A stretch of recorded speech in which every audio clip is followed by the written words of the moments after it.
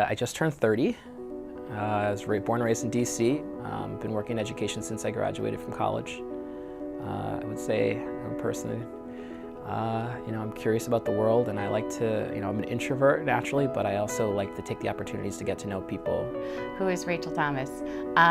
She is an organizer, she is a military brat, she is very liberal, she is a whole bunch of weird things kind of smashed together in a way that has always made me interested in seeing both sides of the story. I've talked about myself as an immigrant, and that's one identity, as a Rwandese American, and more American than Rwandese.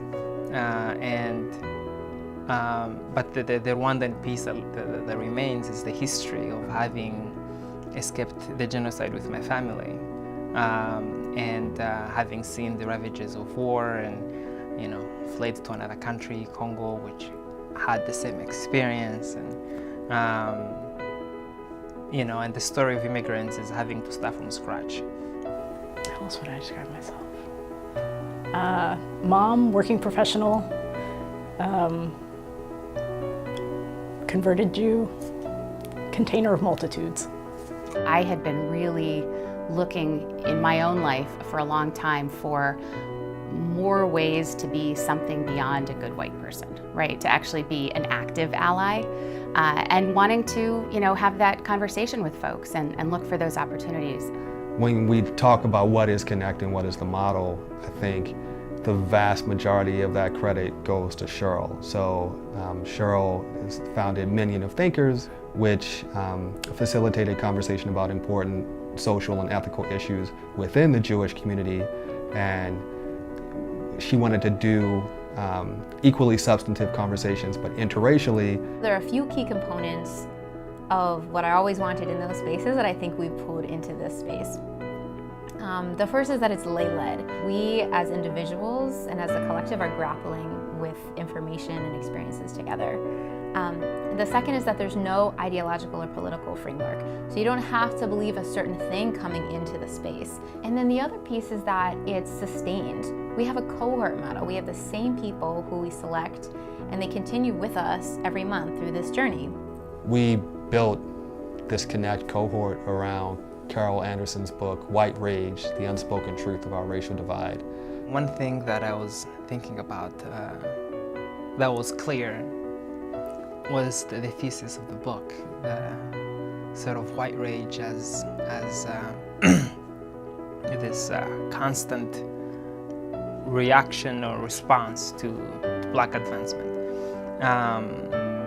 But in my words, the thing that was noteworthy, something that's going to stay with me, is just how relentless and consistent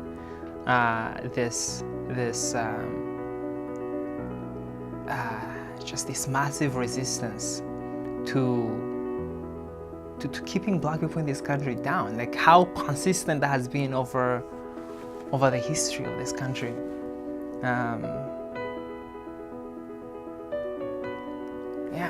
At so many levels, right? Like at so many levels. Being grounded in the text is hugely important because you're touching a live wire. This is centuries of racial oppression, and you're trying to create an environment where people can not only talk about it, but speak intelligently and actually ground themselves in history and truth, and then extrapolate from that. It would be really easy just to start with your personal experience or what you think to be true, or just what you've experienced personally or anecdotally.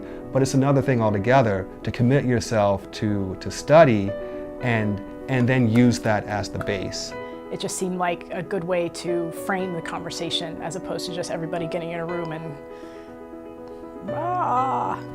We met on Sundays for dinner, which, now that I think about it, is great because you're having Sunday dinner and you're having like that great, almost like family intellectual conversation that hopefully a lot of people grew up having with their families. You come in, we have food on the right side, we have a circle of chairs in the center of the room, and you put your name tag on, you get your food, you come sit down, you give people hugs or you catch up with people who you haven't seen in a few weeks, and there's laughter and some smiles and just pleasant conversation. And then usually there's some sort of intro activity where we're in small groups talking about something that relates to the chapter that we're discussing. People were able to take what they already thought and be open-minded about what they were hearing and reading. And I think also not just open-minded, but like a willingness to really want to listen, to connect, to have empathy for other people, to want to have like not just like an understanding, but like an emotional connection. The very first meeting was a little intimidating, definitely, to walk in having read a little bit of this, what was obviously going to be an amazing book to absorb, and to walk in and see all of these people who you knew had probably done pretty interesting things and had a lot to share. I'll be honest, sometimes it felt like a burden to like have to go and keep talking about it. But at the end of the session, it always felt,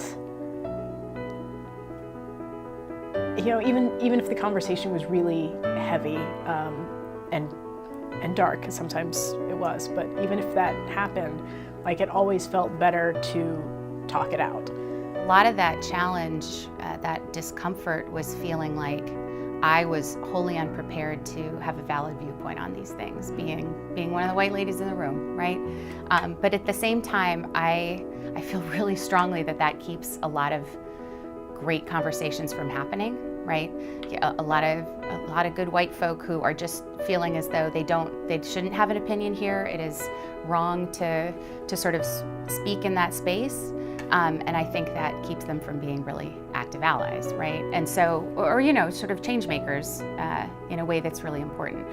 We intentionally set it up so that we were not the facilitators of every discussion. So we kicked it off, but then intentionally handed it over for most of the subsequent weeks to a different pair of participants so that they would lead it. As far as the experience of actually running a session, again, it was intimidating, but it was also, it was really inspiring. We talked about text, but then we also brought in our own personal experiences, and I think that definitely added to the richness.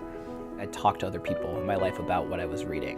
You start to really make those connections outside of the Connect group in terms of, here is a moment where I can be a part of a conversation in my daily life or affect in a very small way a shift. One of the reasons we're talking right now is we want to make it easier for people to do this work. So I hope that we are making the case that you should do this, you can do this, and that so many people will benefit if you step up.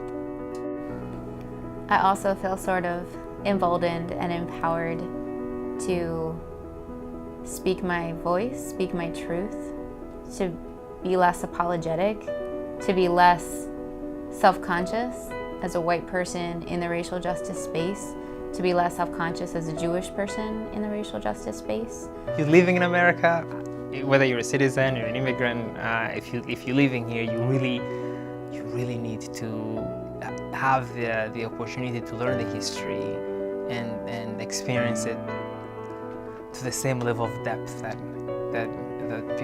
we had the opportunity to. You know, I don't have any solutions coming out of the Connect experience, but I feel much more armed and empowered to continue having the conversations, and I ultimately truly believe that if you can't have those one-to-one conversations, there's a lot you can never get to. That's got to be the starting point. It's just helpful to know that there are other people out there who have your same curiosity or hunger for knowledge or history or just the need for that catharsis. This will change you for the better. You will not be the same person when you come out on the other side. You will learn from yourself, you will learn from your co-lead, you will learn from your peers in the group. You will look inside yourself and find things that will empower you, and you'll feel incredibly inspired by the conversations that you have both in and out of the sessions. And it's worth every minute of of time and sweat and tears that you put into making this happen.